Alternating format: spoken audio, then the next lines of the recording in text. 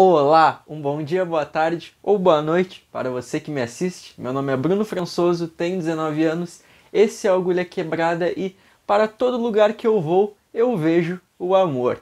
No dia 30 de agosto de 1970, os Beach Boys lançavam o seu 16º álbum de estúdio, o belíssimo e ensolarado Sunflower. E é sobre ele que eu falarei hoje. Esse disco é considerado o renascimento do Beach Boys, sendo o seu melhor álbum desde o Pet Sounds, lançado em 1966, além de ser a entrada dos Beach Boys numa nova gravadora, sendo que desde o seu início eles tinham um contrato com a Capitol e que agora assinaram com a Warner Bros. E sem mais delongas, vamos lá. Os Beach Boys são formados por Al Jardine, Brian Wilson, Bruce Johnston, Carl Wilson, Dennis Wilson e Mike Love. Acho bacana começarmos a falar desse disco lançado em 1970, voltando para o ano de 1966, quando os Beach Boys lançaram a sua obra-prima, o disco Pet Sounds. Brian Wilson, muito influenciado pelos que os Beatles estavam fazendo, principalmente após ouvir o seu disco de 1965, o Rubber Soul, decidiu ser tão revolucionário quanto eles, e aí veio o Pet Sounds. Assim, depois de gravar o disco, Brian entrou numa nova empreitada musical, gravando a música Good Vibrations, que tinha vários efeitos sonoros, várias camadas e colagens nela. Junto de Good Vibrations, Brian Wilson quis gravar um álbum no mesmo estilo, com essas colagens, sendo um disco muito mais ambicioso que o Pet Sounds, o Smile. A gravadora deles, a Capitol, não gostava nada desse caminho mais experimental que a banda estava indo, preferindo muito mais que eles compusessem músicas sobre pegar uma onda ou sobre garotas da Califórnia. Isso fez com que eles criassem o seu próprio selo, o Brothers Records, em 1967, para ter mais controle musical do que estavam fazendo, mas naquele momento essa ideia do selo não deu muito certo. E isso se vê na pressão da gravadora para lançar o Smile. E falando no Smile, as gravações do disco não ocorreram nada bem, com Brian Wilson sofrendo alucinações por conta da sua esquizofrenia, que começou logo após ele começar a usar LSD em 1965, e que por causa disso teve muita dificuldade de finalizar o álbum, sempre adiando seu lançamento, dizendo para lançar depois. Mas esse adiamento chegou uma hora que a gravadora encheu o saco, e uma versão caseira do Smile foi lançada no segundo semestre de 1967, chamada de Smiley Smile, e diferente das gravações anteriores, nesse aqui os Beach Boys tocam a maioria dos instrumentos. No entanto, por mais interessante que seja essa versão do Smile, ele não vendeu muito bem, sendo o pior em número de vendas nos Estados Unidos, mas em compensação, no Reino Unido atingiu o 9º lugar.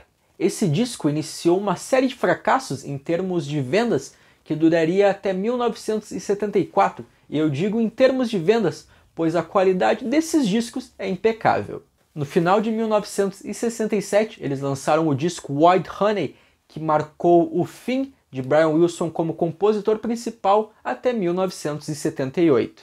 Mas logo em seguida veio o disco Friends, de 68, e o 20 Over 20, de 1969.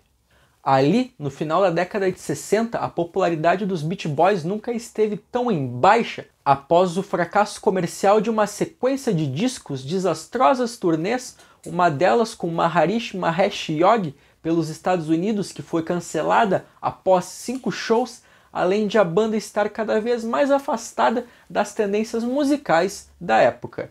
Além disso, eles estavam com uma dívida financeira enorme, devendo milhões, fazendo com que o Wilson dissesse para a imprensa que os Beach Boys estavam prestes a declarar falência, o que foi um grande choque para a música popular americana na época. E uma das soluções encontradas na época foi vender o catálogo das canções do grupo para arrecadar algum dinheiro. Eles até lançaram um single chamado Breakaway, que Brian falou que iria vender bastante, ia ser um sucesso e que iria solucionar todos os problemas financeiros da banda, mas nos Estados Unidos foi um fracasso, mas pelo menos no Reino Unido ele entrou no top 10.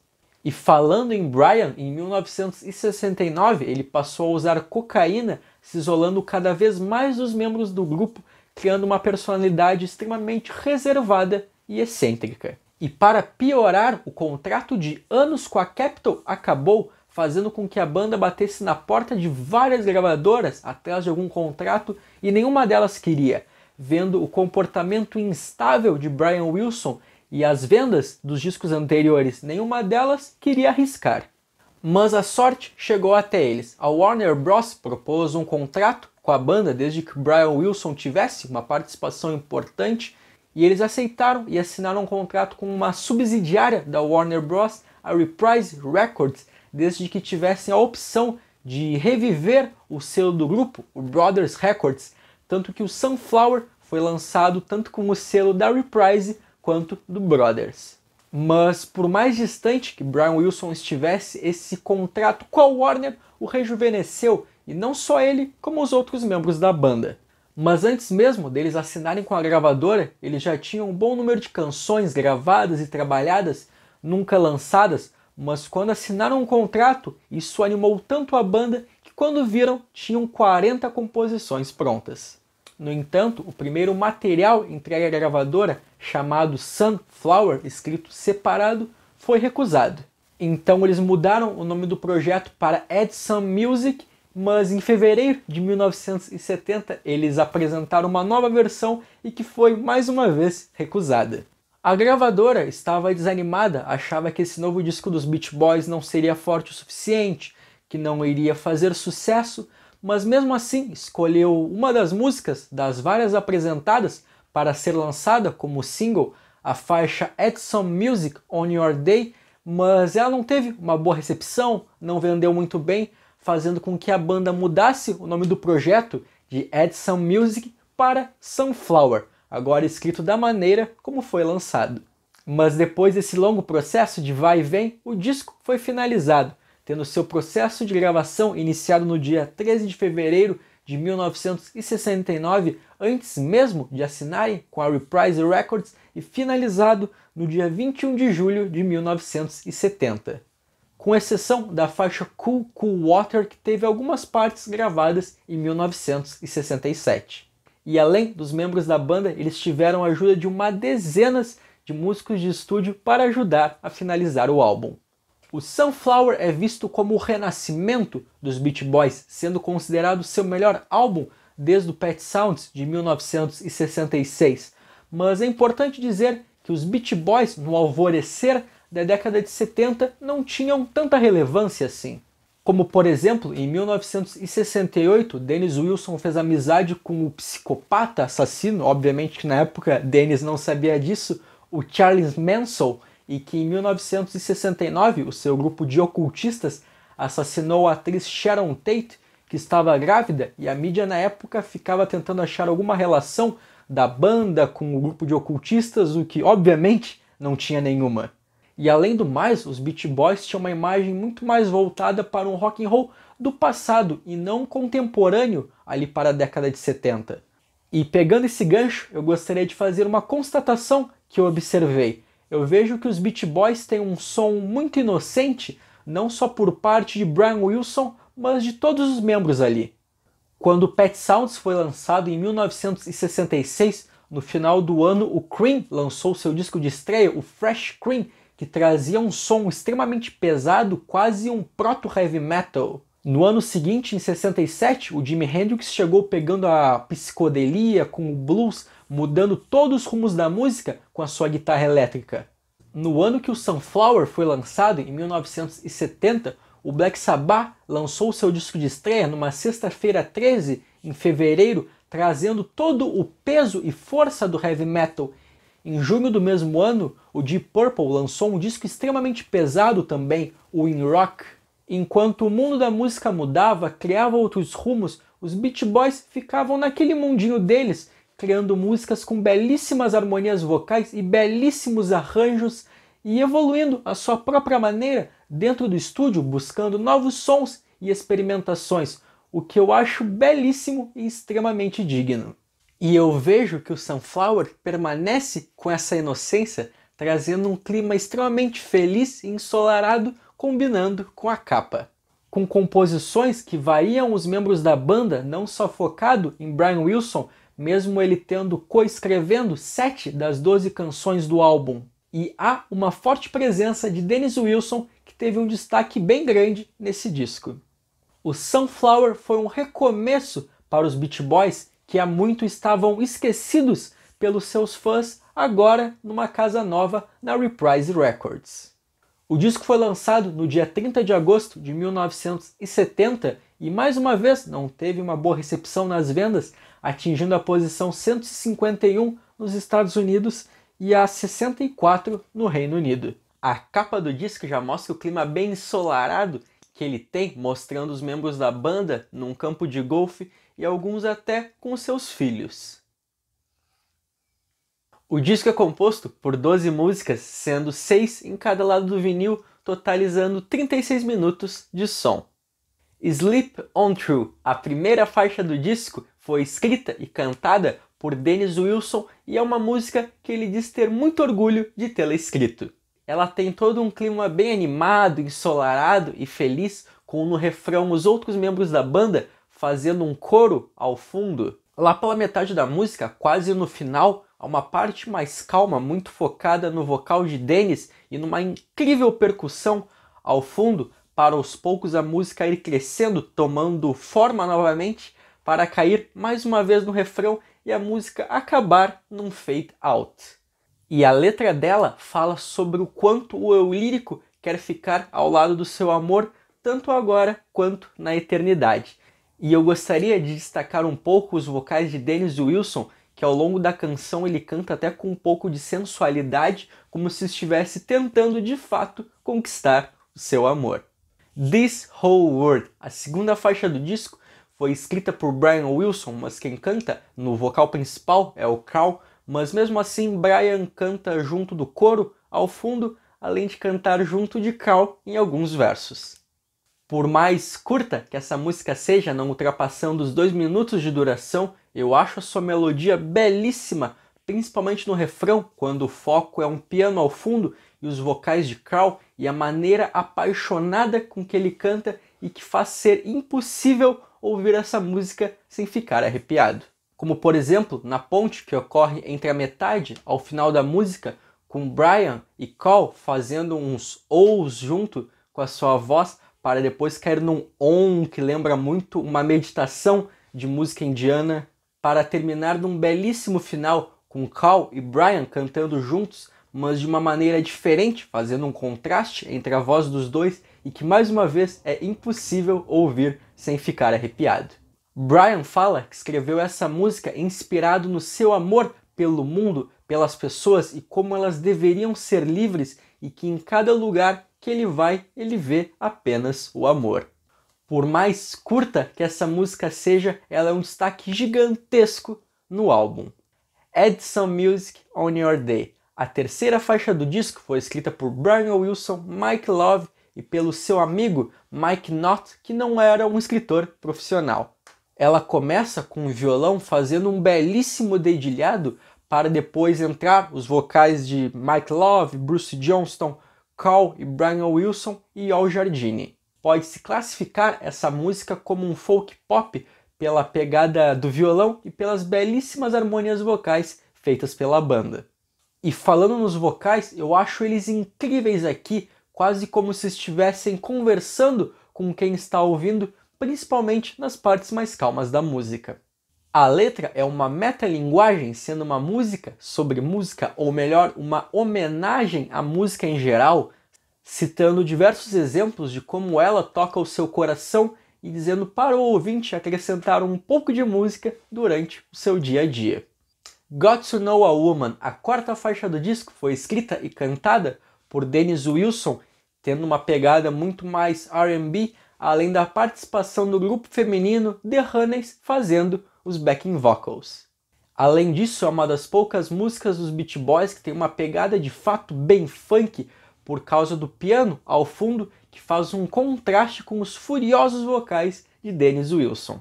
Ela já começa com uma pegada bem R&B, com uma batida bem marcada, além dos vocais de Dennis, que canta com um certo swing, para cair no refrão que tem um clima de tensão crescente com os backing vocals da The Honeys. E a letra dela fala simplesmente como o eu lírico, ao voltar para casa, conheceu uma mulher e que o deixou perdidamente apaixonado. Daydream, a quinta faixa do disco, foi escrita por Bruce Johnston, tendo uma microajuda de Brian Wilson na letra. A música tem todo um clima celestial por conta do uso das flautas, além de um compressor na mixagem das vozes, ajudando mais ainda nessa ambientação. Ela tem um ritmo um pouco dançante, até contagiante, sendo uma belíssima música de amor cantada por Johnston, com Brian Wilson fazendo os backing vocals. E a maneira com que Johnston canta é tão bela que consegue transmitir a sua paixão ao ouvinte. A letra é uma homenagem à irmã de uma das ex-namoradas de Johnston, a Daydream, com ele descrevendo todo o seu amor por ela. E quando Johnston chama pela Daydream, ao fundo ouvem-se aquelas flautas celestiais que eu falei antes, como se os anjos estivessem abençoando o amor dos dois. It's About Time, a sexta faixa do disco e a que encerra o lado A, é de autoria de Dennis Wilson e do seu amigo o escritor Bob Berkman e que é cantada por Mike Love e Carl Wilson. A música tem uma pegada bem rock and roll, bem agitada, com uma baita percussão muito inspirada na banda do guitarrista Santana, trazendo um clima de tensão à canção. Como no refrão, que tem um swing muito legal, com essa baita percussão que eu falei, além de uma guitarra bem marcante ao fundo. Na metade da música, há uma parte focada mais na percussão, com um baixo bem marcante, bem pulsante, ao mesmo tempo calmo, para depois os vocais de Carl e Mike fazerem a música crescer novamente para cair num baita solo de guitarra bem elétrico e bem agitado, para depois a música acabar num fade out. A letra da música fala sobre os perigos da fama e do estrelato, fazendo com que o eu lírico se desconectasse dele mesmo e para se recuperar deverá cantar para o seu próprio coração. Tears in the Morning, a sexta faixa do disco, é cantada por Johnston e foi escrita por ele mesmo, sendo essa uma belíssima canção com uso de cordas, orquestrações, trompetes, trazendo um clima muito bucólico e belíssimo para a música. Na metade da música há um momento mais focado nos vocais de Johnston, num baixo e nas orquestrações ao fundo, para depois a música ir crescendo de uma maneira tão gradual, quase nem se percebe, para recuperar a sua forma original. Pelos 3 minutos da música, parece que a canção acabou, mas entra um piano muito, mas muito bonito, tocando a melodia vocal da canção, que é de arrepiar ao se ouvir, para encerrar a música, sendo essa mais um dos grandes destaques do álbum. A letra da música casa muito bem com um clima bem bucólico, com o eu lírico falando das suas lágrimas que lhe relembram a saudade do seu amor que foi para longe. All I Wanna Do, a oitava faixa do disco, foi escrita por Brian Wilson e Mike Love, cantada por Love e por Johnston. Essa faixa foi originalmente gravada nas sessões do Friends, mas eles não gostaram do resultado, decidiram guardá-la e depois revisitaram aqui no Sunflower. Muitos críticos de música analisam que essa faixa é um dos primeiros exemplos do gênero chill wave, que foi um gênero musical que ganhou muita força no início dos anos 2000, que tem como característica melodias muito mais tranquilas e suaves com letras psicodélicas e escapistas.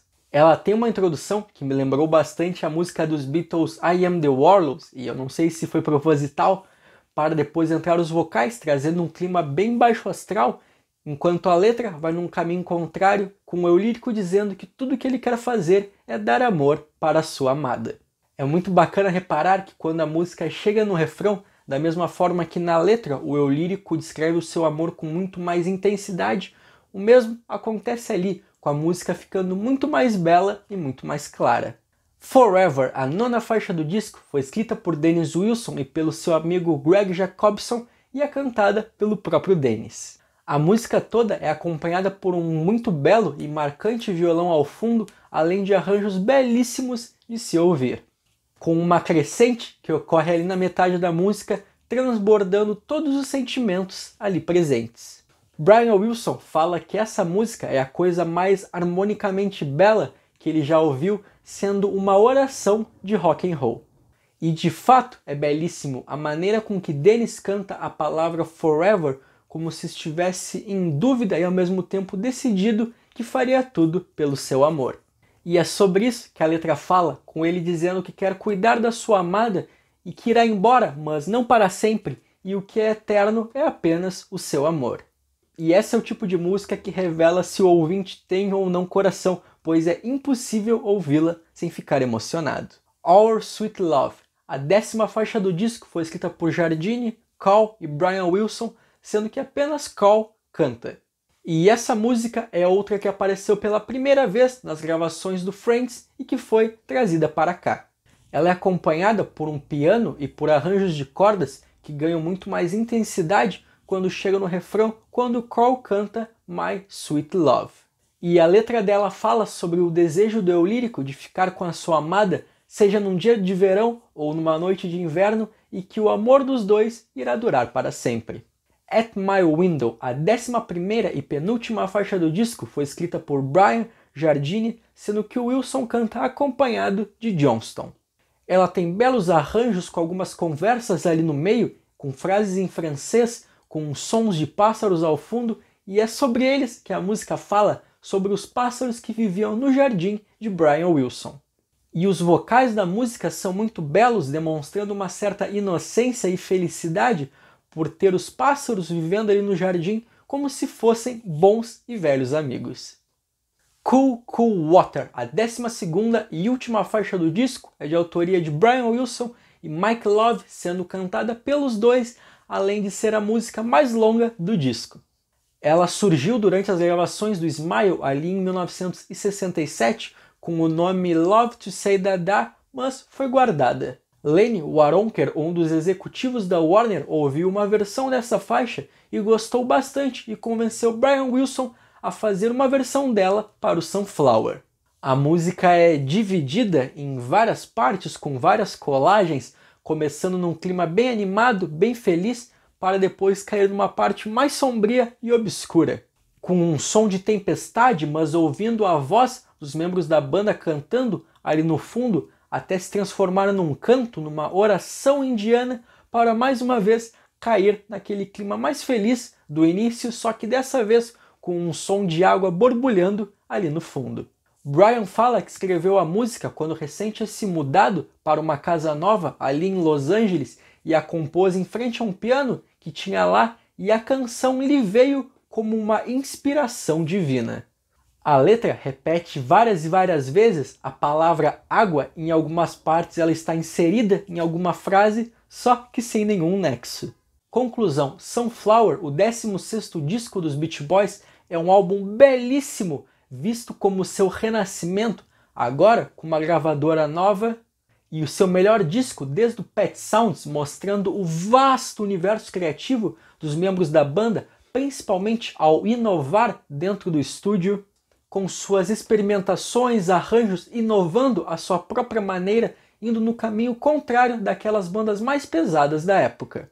É um disco que destoa daqueles do início dos anos 70, mas que consegue se destacar à sua própria maneira. Espero que quem tenha assistido ao vídeo até aqui tenha gostado e se interessado, e não se esqueça de se inscrever no canal, caso ainda não seja inscrito, e curtir o vídeo, caso tenha gostado, além de compartilhar com seus amigos que gostam dos Beach Boys ou que gostam de música, para mais pessoas terem acesso a esse conteúdo, além de seguir o Insta do Agulha Quebrada, que eu vou deixar o link aqui na descrição. Até a próxima!